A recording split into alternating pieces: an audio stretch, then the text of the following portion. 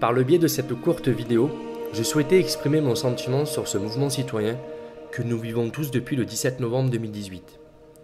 Je travaille depuis mes 18 ans, sans relâche et motivé. Mes différents emplois ne m'ont jamais ennuyé. Bien au contraire, je n'ai jamais compté mes heures. On pouvait toujours compter sur moi. Pour moi, il faut travailler pour gagner sa vie, en phase avec le « travailler plus pour gagner plus », qui disait un ancien président. Quand j'allumais ma télévision et que je voyais ces gens manifester contre la loi travail, par exemple, je me disais que les gens n'avaient qu'à travailler et que se plaindre n'arrangerait pas leur situation. Mais ce qui m'ennuyait le plus dans tout ça, c'est que mes impôts augmentaient, année après année, juste parce que certaines personnes ne bougeaient pas leurs petits doigts pour trouver du travail. En plus de ces feignants, comme ils disent, il y a aussi le problème écologique de notre pauvre planète que certaines personnes ne respectent pas, ou ne respectent plus. Enfin, je me disais que tout augmente pour payer les assistés.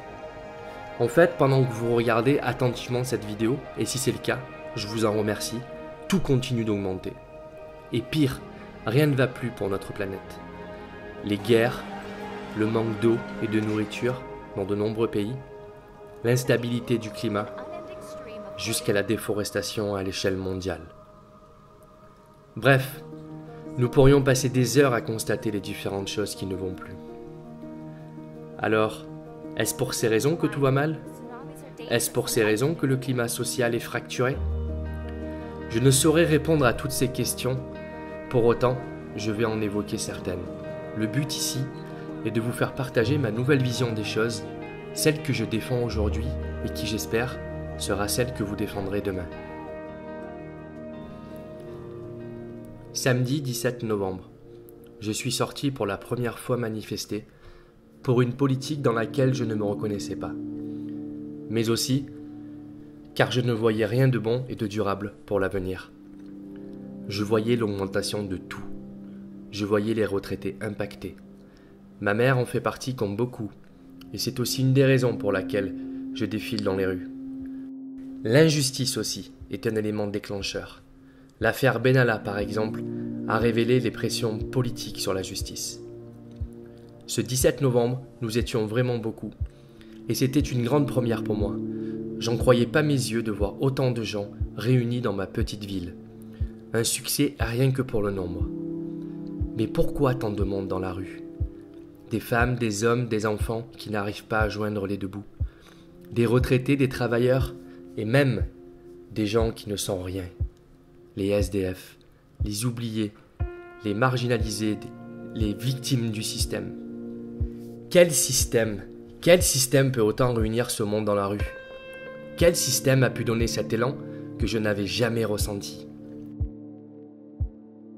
C'est en voyant les médias, les soi-disant relais de l'information, vous savez, ceux qui sont censés juste nous informer pour que l'on puisse nous faire notre propre avis. Ceux qui sont censés être impartiaux.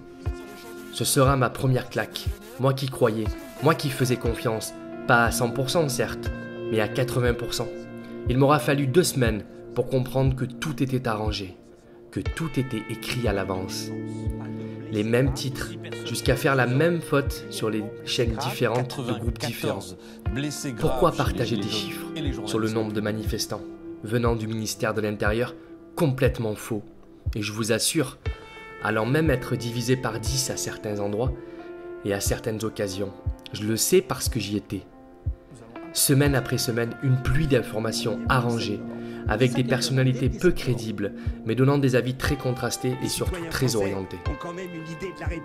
Ma seconde claque, plus positive pour le coup, c'est la solidarité entre les gens, sur les péages, sur les ronds-points, dans les manifestations. La solidarité des commerçants dans ma ville envers tous. Toutes ces personnes qui, à défaut de pouvoir nous rejoindre physiquement, nous apportaient des gâteaux et même des plats chauds, des pâtisseries aussi. Enfin, de quoi tenir à garder notre énergie et à rester mobilisés.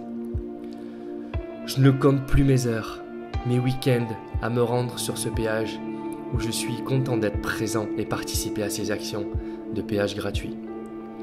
Je voyais les pros de la construction fabriquer des cabanes pour nous protéger du vent, de la pluie et du froid.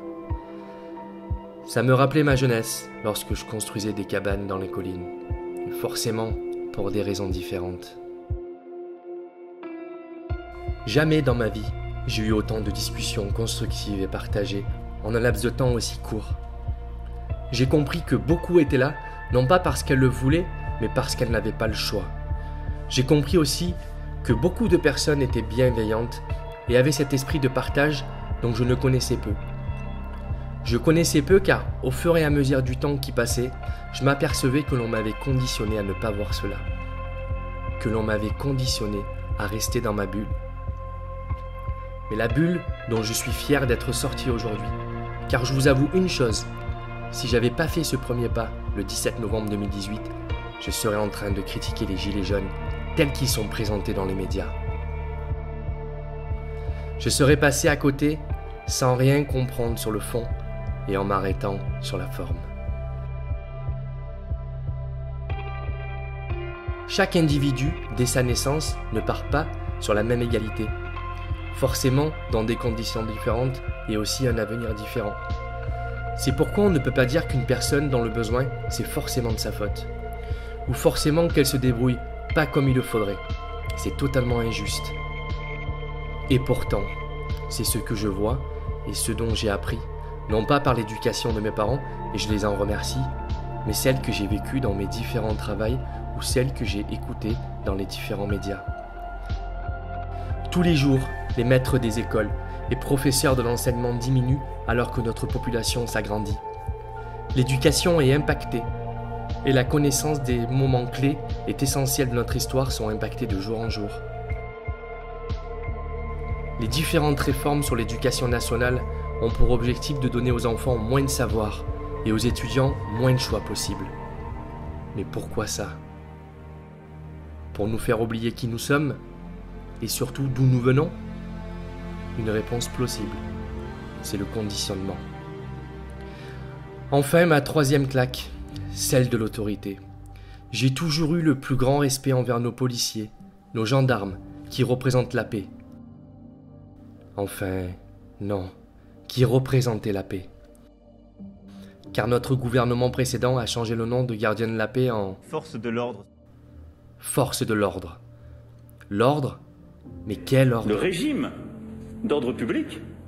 Celui d'un gouvernement mal élu, faisant des choix contestés et nous opposant tous les jours, les uns contre les autres, avec des réformes pas compatibles. Celui d'un gouvernement qui pousse les gens à se suicider. Il ne se passe pas un jour sans qu'un agriculteur mette fin à sa vie. Il ne se passe pas une semaine sans qu'un policier mette fin à ses jours avec son arme de service. Celui d'un gouvernement où la justice a été en favoritisme et en corruption. Celui d'un gouvernement récompensant les mafieux où les personnes compétentes se raréfient. Celui d'un gouvernement qui permet et accepte l'errance de centaines de SDF dans les rues. Celui d'un gouvernement champion de tir de LBD 40 face à son peuple, mais laissant exprès monter la violence dans certaines zones. Celui d'un gouvernement taxant de plus en plus les gens les plus pauvres pour les donner aux plus riches. Celui d'un gouvernement qui fait en sorte que chacun des médias et instituts de sondage valorise ses actions et ses déclarations au quotidien. Celui d'un gouvernement dont le président s'envole chaque week-end loin de son peuple. Celui d'un gouvernement? Non, pas celui d'un gouvernement, car on nous donnerait un cap, un vrai. Un gouvernement honnête ne réagirait pas avec une violence aussi acharnée face à son peuple. J'appuie sur le mot violence, qui pour moi a toujours été l'inverse du mot police. Je dis bien été, car tout est mis en œuvre pour blesser, voire tuer, si nécessaire. Ce mouvement citoyen n'est autre que le fruit d'une politique détestée, mais visant à créer volontairement des inégalités pour servir les plus grands de ce monde. Une politique avec comme objectif celui de nous dire « travaille et tais-toi ». J'ai comme une impression de vivre un début de dictature dans notre pays où sont nés les droits de l'homme. Les droits de l'homme. Notre pays où sont nés liberté, égalité, fraternité. Notre pays où progressivement les deux premiers mots se sont estompés durant ces dernières années. La liberté tout comme l'égalité, la fraternité et l'amour ne sont pas le fruit du hasard. Jamais. Ils sont le fruit d'une résistance perpétuelle, méticuleuse, de génération en génération, pour maintenir vivace ce qui existe de plus naturel et qui va de soi. Sachant cela, je vous souhaite à tous de ne pas vous laisser dicter un ordre, des choses montées de toutes pièces, des règles qui vous mettent en inconfort et que l'on vous présente comme les seules possibles. Je vous souhaite d'œuvrer, puisqu'il faut le faire, jusqu'à atteindre ce sentiment naturel de liberté et cet idéal indispensable du bien vivre ensemble, jusqu'à considérer que le bonheur n'est point un luxe, mais un état naturel.